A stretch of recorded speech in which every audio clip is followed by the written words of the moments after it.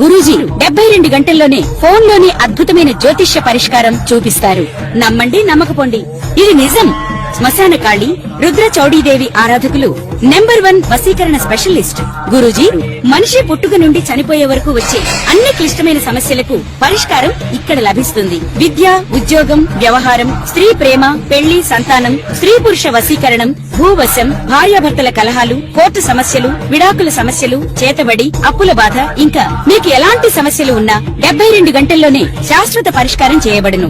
నమస్తే, శ్రీ మాత్రే నమః, శ్రీ గురుభ్యో నమః. మనం ప్రతిసారి అంటే నేను చర్చించే ప్రతిసారిని యోగాల గురించి చెప్తూ ఉంటాను. ఏ సమయంలో ఏ యోగాలు పడతాయి, ఆ యోగాలు ఏ ఏ గ్రహాల ద్వారా మనకి అనుకూలిస్తాయి, ఆ గ్రహాల వల్ల ఆ యోగాల వల్ల దేశకాలమాన పరిస్థితులు ఎలా ఉంటాయి, దాంతో పాటుగా మేషాది ద్వాదశ రాశుల వారికి ఎలాంటి ఫలితాలు, మిశ్రమ ఫలితాల, శుభ ఫలితాల, మంచి ఫలితాల, చెడు ఫలితాల, ఇలాగా నేను ఎప్పుడూ మీకు మీ ముందుకు ప్రతిసారి ఒక్కొక్క యోగాన్ని తెచ్చిస్తుంటాను.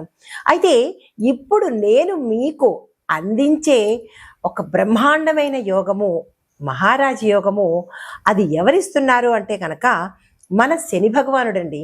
30 ఏళ్ల తర్వాత జూలైలో 2025 జూలై 13వ తారీఖు నుంచి శని భగవానుడు మనకి ఇబ్బంది పెట్టడమే కాదు, దానితో పాటు మనకి మహారాజ యోగాలను కూడా కలగజేస్తాడు అనమాట.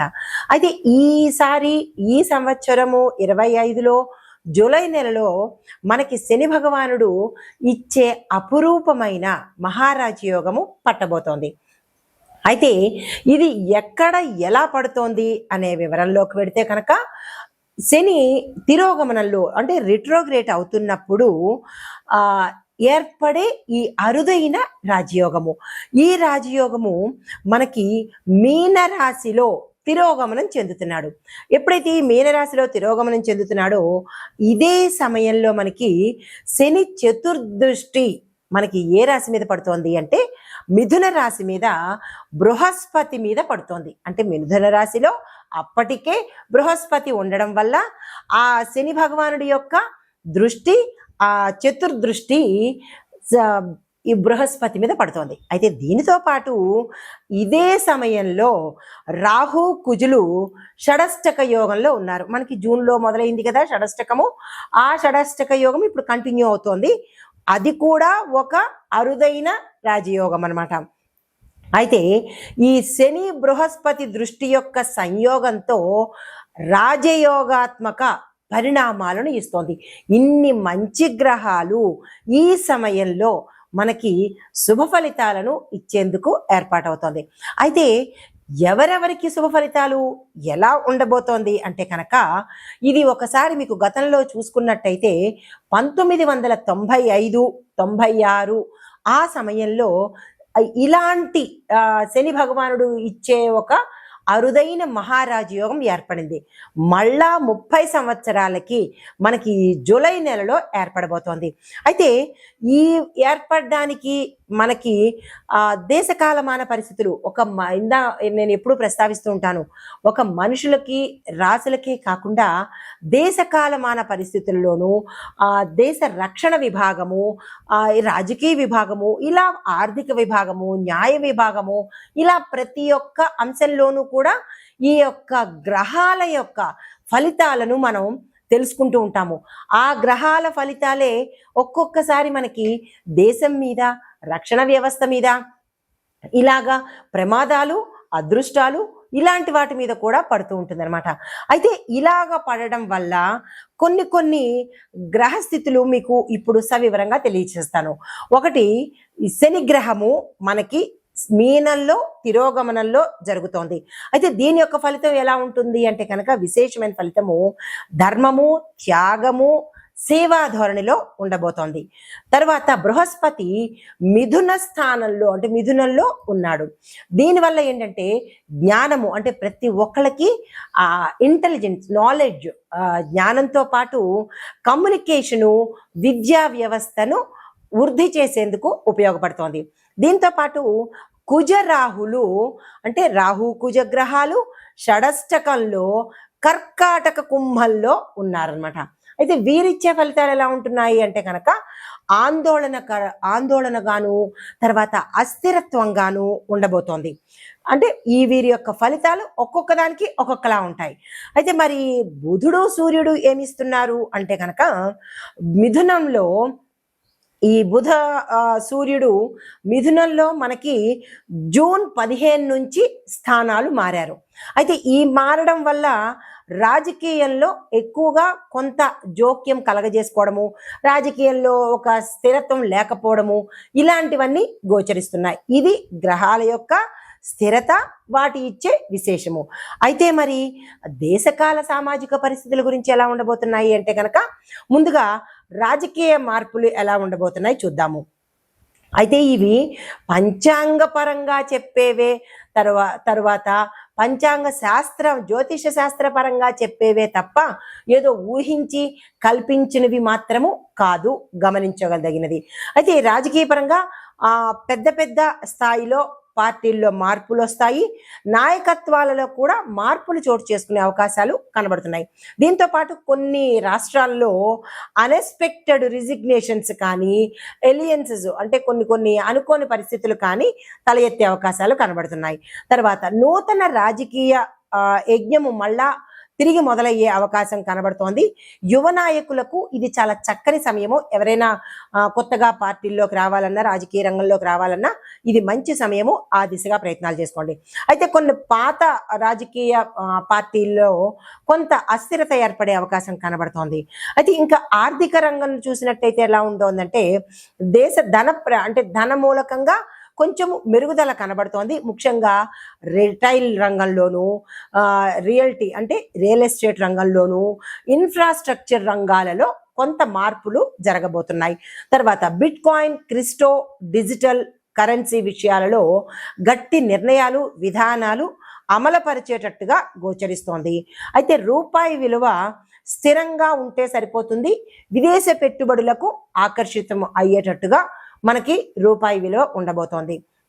అయితే చమురు ధరలు, ఇంకొక అంశం ఏంటంటే చమురు ధరలు తగ్గినప్పటికీ లోకల్గా ట్యాక్స్ విషయాలలో ప్రజల మీద భారం పడే అవకాశం కనబడుతోంది. ఇది ఆర్థిక పరంగా.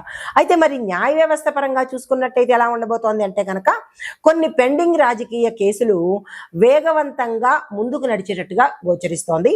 అత్యున్నత న్యాయస్థానాలలో ముఖ్యమైన తీర్పులు వెలువడే అవకాశాలు కూడా కనబడుతున్నాయి. అయితే న్యాయ రంగంలో డిజిటలైజేషన్ కూడా అయ్యేందుకు అవకాశాలు గోచరిస్తున్నాయి.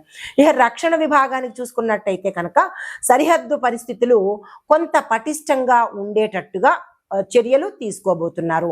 తర్వాత అణు సామర్థ్యము, యుద్ధ డ్రోన్ల అభివృద్ధికి బలమైన చర్యలు తీసుకోవడము, టెక్నాలజీని ఇంప్రూవ్ చేయడము, ఇలాంటివన్నీ జరగబోతాయన్నమాట.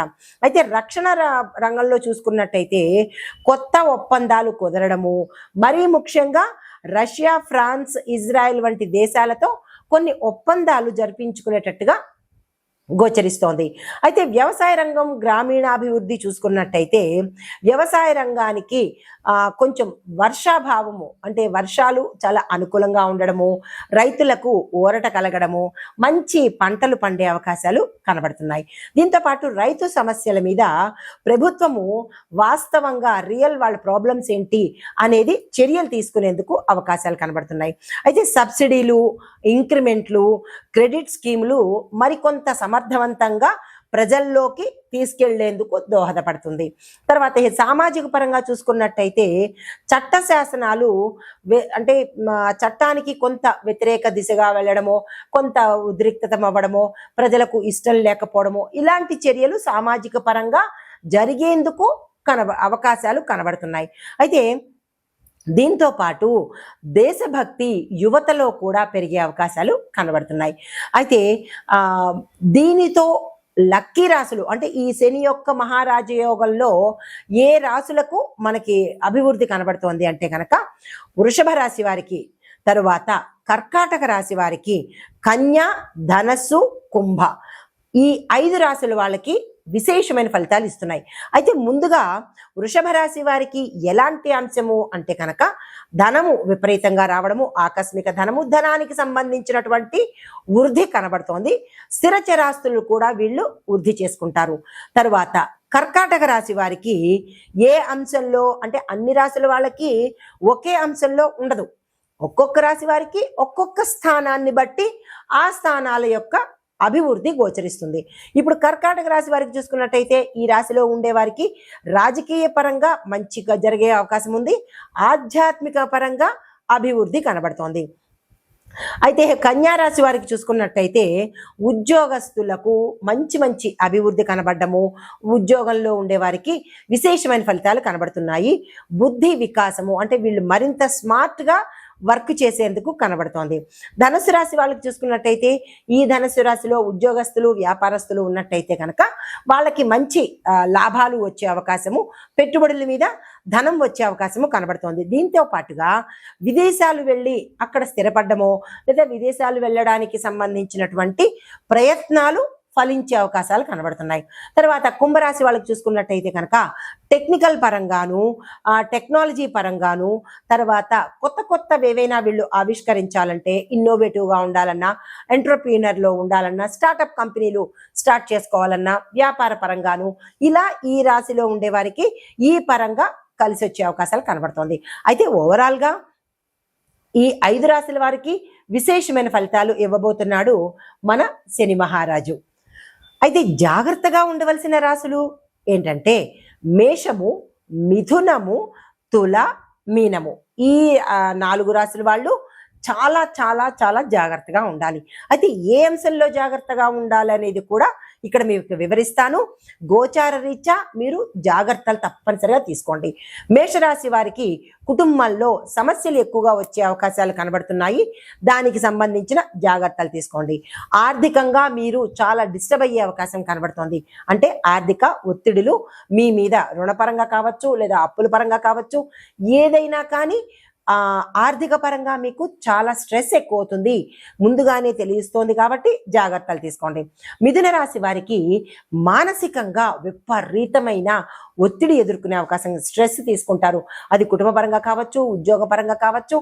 ఈ రాశిలో ఉండే ప్రతి ఒక్కరికి, విద్యార్థులకు, రాజకీయ నాయకులకు, తరువాత వ్యాపారస్తులకు, ఉద్యోగస్తులకు, ఇలా ప్రతి ఒక్కళ్ళకి, స్త్రీలు పురుషులకు కూడా మానసిక ఒత్తిడి అనేది తప్పదు. దీంతో పాటు డబ్బు వ్యవహారాలు ఏదైనా మీరు చెయ్యాలి అని అనుకుంటే చాలా చాలా జాగ్రత్తలు తీసుకోండి. ఎందుకంటే ధన నష్టము, చోర భయము ఎక్కువగా కనబడుతున్నాయి. స్కాముల్లో ఇరుక్కోవడం కానీ, అంటే ఇప్పుడు ఇంటర్నెట్లో చేస్తూ ఉంటారు కదా ఫోన్పేలు, జీపేలు, వాటిల్లో మీరు మోసపోవడము, ఆన్లైన్ స్కాములు జరగడము, ఇలాగ ఏదో ఒక ద్వారా మీరు ధనాన్ని నష్టపోయే అవకాశం కనబడుతోంది. ధనపరంగా జాగ్రత్తలు తీసుకోండి. అయితే ఈ తులారాశి వాళ్ళకి చూసుకున్నట్టయితే వైద్యపరమైన ఖర్చులు మీరు చాలా ఎదుర్కోవాల్సిన అవసరం అవుతుంది. ఆపరేషన్స్ రీత్యా కావచ్చు, ప్రమాదాల రీత్యా కావచ్చు, లేదా అనారోగ్య రీత్యా కావచ్చు, మీరు ఎక్కువగా డాక్టర్కి సంబంధించి, హాస్పిటల్కి సంబంధించి, మందులకు సంబంధించి ఎక్కువగా ధనాన్ని వెచ్చించవలసిన పరిస్థితి. భావోద్వేగాలు మీరు చాలా నియంత్రించుకోవాలి. ఈ సమయంలో అస్సలు బాగాలేదు. ఉద్రేకాలకు కానీ, కోపాలకు కానీ, ఆవేశాలకు కానీ ఇలాంటి వాటికి వెళ్ళే ప్రయత్నం చేయకండి. ఇక మీనరాశి వారికి చూసుకున్నట్టయితే శని భగవానుడు మీ రాశిలోనే తిరోగమనం చేస్తున్నాడు. ఎప్పుడైతే మీ రాశిలోనే తిరోగమనం చేస్తున్నాడు అంటే కనుక మీరు విమర్శలకు గురయ్యే అవకాశం కనబడుతోంది. అది మీ ఉన్న స్థానంలో కావచ్చు, లేదా సంఘంలో కావచ్చు, మీ ఇంట్లో కావచ్చు, మీ స్నేహితుల్లో కావచ్చు, ఎక్కడ ఉన్నా మీరు విమర్శలకు ప్రథమ స్థానం తీసుకునేవారు అవుతారు. చాలా జాగ్రత్తగా ఉండండి. అయితే కోల్పోయిన అవకాశాలు ఏవైనా ఉంటే కనుక అవి తిరిగి మళ్ళా మీ దగ్గరికి వచ్చే అవకాశం కనబడుతోంది. వాటిని అందుకునే ప్రయత్నం చేయండి. అయితే లాభపడే రాశులు చెప్పాను. ఇప్పుడు జాగ్రత్తగా ఉండవలసిన రాశులను కూడా, ఏ అంశంలో జాగ్రత్తగా ఉండాలో కూడా మీకు సవివరంగా తెలియచేశాను.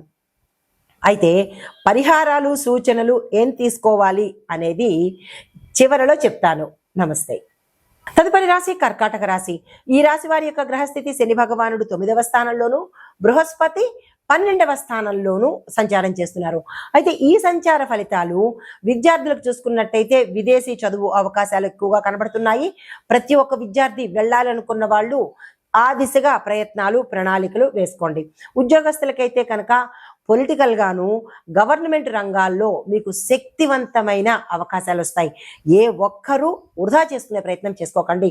దానికి సంబంధించిన ప్రయత్నాలు కానీ లేదా అంటే ప్రణాళికలు కానీ తక్షణమే ఈ సమయంలో చేసుకోండి.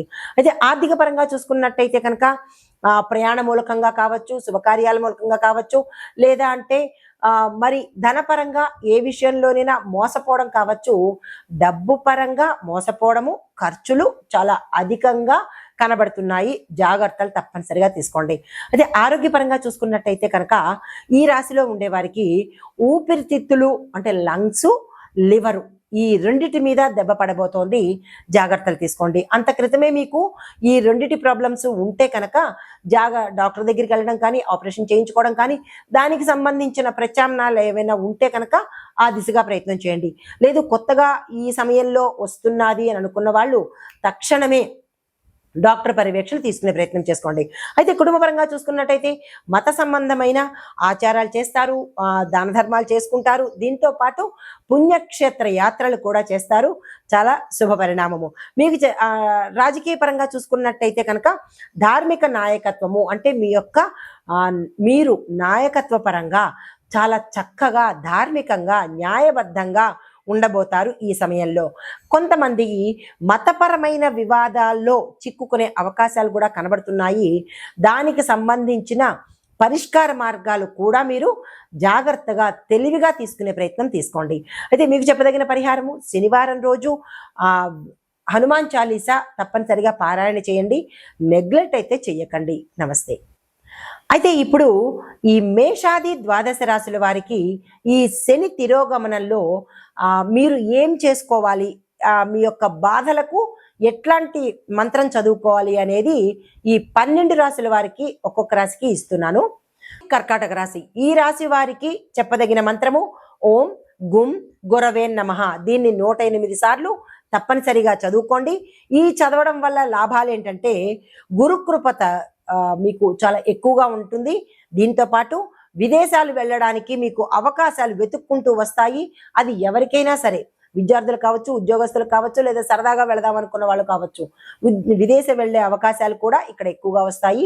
ఈ మంత్రాన్ని తప్పనిసరిగా చదువుకోండి. నమస్తే. ఇప్పుడు జప విధానము, ఇందాక నేను మంత్రాలు చెప్పాను కదా, ఆ మంత్రాలు ఎలా చదవాలి అనేది కూడా చెప్తాను. సంతృప్తికరంగా మీరు చదువుకునే ప్రయత్నం చేసుకోండి. తద్వారా లాభాలు పొందాలని ఆశిస్తూ మీకోసం అయితే ప్రతిరోజు ఆదివారం రోజు బృహస్పతి కోసము అంటే గురువు కోసం చేయవలసిన రోజు ఆదివారము, శని భగవానుడి కోసం చేసే మంత్రము శనివారం రోజు చేసుకోండి. 2వ నియమము 108 సార్లు జపించడం ఉత్తమము.